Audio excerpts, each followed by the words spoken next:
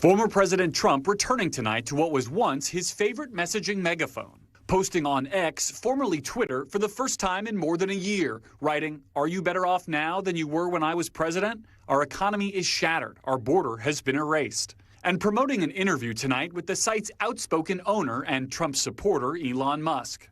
The posts come as the former president faces growing criticism from Republicans who say he's not spending enough time attacking Vice President Harris's record.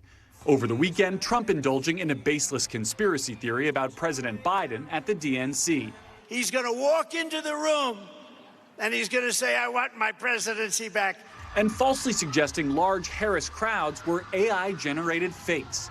The Harris campaign mocking Trump in response, writing, quote, "This is an actual photo of a 15,000-person crowd," and Trump has still not campaigned in a swing state in over a week. Low energy? Tonight, a new poll shows Harris leading Trump within the margin of error in key battlegrounds, Michigan, Pennsylvania, and Wisconsin, prompting this public plea to Trump from an ally. Stop questioning the size of her crowds and start questioning her position when it comes to what did she do as Attorney General on crime. Question what did she do when she's supposed to take care of the border as a czar. Meanwhile, the Trump campaign is accusing Harris of plagiarizing a signature Trump economic proposal to no longer tax tips. Harris appearing to adopt the Trump plan this weekend. Eliminate taxes on tips for service and hospitality workers. Trump has been campaigning on his no tax on tips pledge for months. When I get to office, we are going to not charge taxes on tips, people making tips. Trump posting Harris's quote, "conning the American public," and will flip right back. And Garrett Haake joins us now from Washington, D.C. So, Garrett, another major campaign issue for the Trump-Vance ticket is, of course, abortion. I know you asked former President Trump just the other day about the abortion pill for Prestone, and he alluded to the idea of restricting access to the pill. And then J.D. Vance did multiple Sunday show interviews yesterday and spoke about those very comments, seeming to backpedal a bit. Here's what he said. This drug is used in like 60% of all abortions in the United States. In a Trump-Vance administration, would you use the FDA to block access to this drug? Well, no. What the president has said very clearly is that abortion policy should be made by the states, right? You, of course, want to make sure that any medicine is safe, that it's prescribed in the right way, and so forth. But the president wants individual states to make these decisions. That was Margaret Brenner from Face the Nation. So, Garrett, I'm curious, do you think this back and forth opens the door even a bit for Vice President Harris and Walz? It absolutely does, Morgan. Look, the Trump campaign wants to minimize the issue of abortion as much as possible. That's why Trump has tried to argue that it's purely a state issue. But any equivocation, anytime he's unclear about that, as he was when I asked him about it last week, presents an opportunity for Democrats to argue he's being dishonest or he doesn't understand the policy or that perhaps he's trying to be too cute about what would constitute federal intervention on this issue. There you hear Vance do a little bit of cleanup, but something tells me this won't be the last time he or Trump is asked about this issue. And, Garrett, we know the Trump campaign has claimed a vetting document of J.D. Vance was hacked by Iran, but we have new reporting that the FBI is now officially investigating here. Yeah, that's right. The FBI is investigating, although we don't know to what degree they've gotten access to the Trump campaign servers. This might all sound familiar to people who remember the 2016 campaign, where there was some tension between the Clinton campaign and the FBI over what they could look at, what kind of evidence might be available to them. This is another instance where we don't yet know what these hackers, if indeed they're Iranian or whomever they might be, what all they have and where else it might show up. This is very much a developing story, and again, something that has the potential to have cast quite a long shadow over the remaining 80-some-odd days of this campaign, Morgan. 80 days and counting. Garrett Haake, thank you. And for more on the race for the White House 1 week from the start of the Democratic National Convention, well, let's bring in our political pros. Ameshia Cross, Democratic strategist and former Obama campaign advisor, and Marc Lotter, Republican strategist and former director of strategic communication for the Trump 2020 campaign. Thank you both for joining us this evening.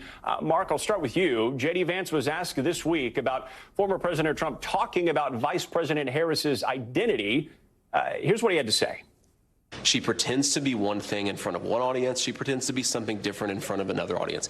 Look, Dana, she's not running a political campaign. She's running a movie. She only speaks to voters behind a teleprompter. Everything is scripted. She doesn't have her policy positions out there. She hasn't answered why she wanted to ban fracking, but now she doesn't. She wanted to fund police, but now she doesn't. She wanted to open the border, but now she doesn't. She should have to answer for why she presents a different set of policies to one audience and a different set of policies to another audience. And I think that's what President Trump is getting at. This is a fundamentally fake person. She's different depending on who she's in front of. With respect, you changed your position on an important thing, which is Donald Trump. Of course I did. And so why are you not a chameleon? Because, Dana, I've explained to the American people what's different. People change their minds when the facts change. So I'm curious, do you think this looks good for Vance as a running mate here? And do Trump allies such as Kevin McCarthy have a point? Should the former president be more focused on attacking Harris on her record rather than things such as how big her crowd size is or even her racial identity here? Well, I think you saw Senator Vance doing that in that interview yesterday, talking about the fact that Kamala Harris has flip-flopped on just about everything. She'll tell whatever audience she's in front of what they want to hear. You go to her website, she has no policy. So that's going to be the real issue. And I think as this campaign goes on and on, you're going to hear more about that, because at the end of the day, vibes aren't going to lower people's gas or grocery prices or secure our border. That's what the people want to talk about. And I don't think Kamala Harris has an answer for any of it. All right, Ameshia, to you now. What kind of impact do these attacks have on the Harris Walls campaign in your estimation?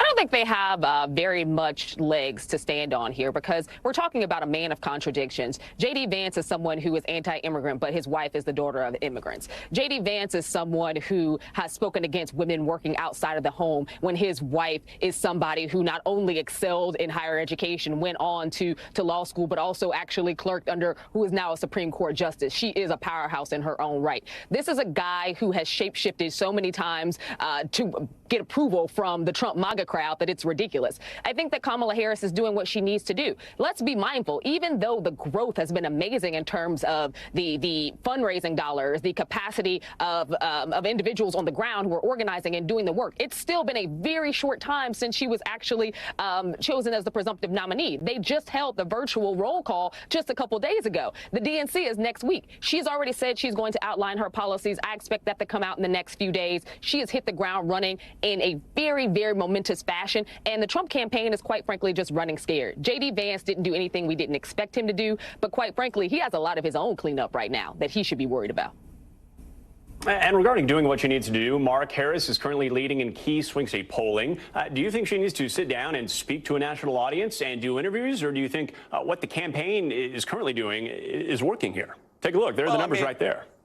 Well, first of all, those polls are greatly skewed. That they oversampled Democrats and undersampled Republicans on that, so I'm not worried about any of that. But look, it's clear that Kamala Harris is going to try to run Joe Biden's basement strategy 2.0. She's going to hide from the American people, because every time she gets off the teleprompter, she explains AI as being a two-letter word or says Ukraine is a small country next to Russia, which is a big one. She can't handle a live, unscripted interview. So we'll see, but more importantly, what is she going to say about those policies? Because people do have economic pain because of Joe Biden and Kamala Harris. They don't like the border. They don't like the wars. And Kamala Harris has to answer for all of the problems she and Joe Biden have created, and then tell the American people why she's the one that should be cleaning it up. Ameshia, you look at those polling numbers there, however slight or not, how does that campaign hold on to what they have or build upon them going forward here? The timeline getting shorter. Well, the Democratic base is large. It's larger than the Republicans could ever hope of getting. This is a big tent, and Kamala Harris is reaching out to diverse voters, younger voters, voters who have been disengaged with the process. And I think that in large part because there is new excitement and invigoration on this ticket. We're seeing people come home, so to speak. Governor Walz was an amazing choice, someone who is leading a state and has showcased a lot of the plans and policies that America wants to see. Affordable child care, be able to not worry about children not being able to eat in the schools that they attend, healthcare. Like, we're seeing this coalesce, and I think that that's extremely important. She understands what is necessary on the ground. We know that inflation has hurt many people. We also know price gouging has hurt many people. But she's not running away from a record of achievement from the current administration that she's still a part of, that brought hundreds of thousands of jobs to America, that has been sizably one of the most successful administrations in modern times, the most successful. The infrastructure package. Again, these things matter to the American people. She's hitting the ground running, talking about the things that matter, invigorating audiences and crowds, and that ain't AI. Those people are actually there live. Marc, quickly to you, following up something that Garrett reported on, Trump campaign saying that they had been hacked over the weekend. Do we know how the campaign was able to quickly pinpoint that Iran was the source of the hacking and why it appears the target was to reveal more information about running mate J.D. Vance? Well, clearly Iran has it in for Donald Trump because he actually was tough on Iran, unlike Kamala Harris and Joe Biden, who basically have allowed them billions of dollars, which they used to attack Israel. And so they've made no secret of the fact that they've actually put out a hit on Donald Trump. They're probably targeting his campaign. But look, they take cybersecurity very seriously. I was on the 20 campaign. It was something we were very cognizant of the entire time. And I'm sure that those same cybersecurity measures immediately triggered to try to protect as much of the information with the 2024 campaign as possible. All right, Ameshia Cross, Marc Lotter breaking it all down for us. We thank you both this evening. Thank you. Thanks for watching. Stay updated about breaking news and top stories on the NBC News app or follow us on social media.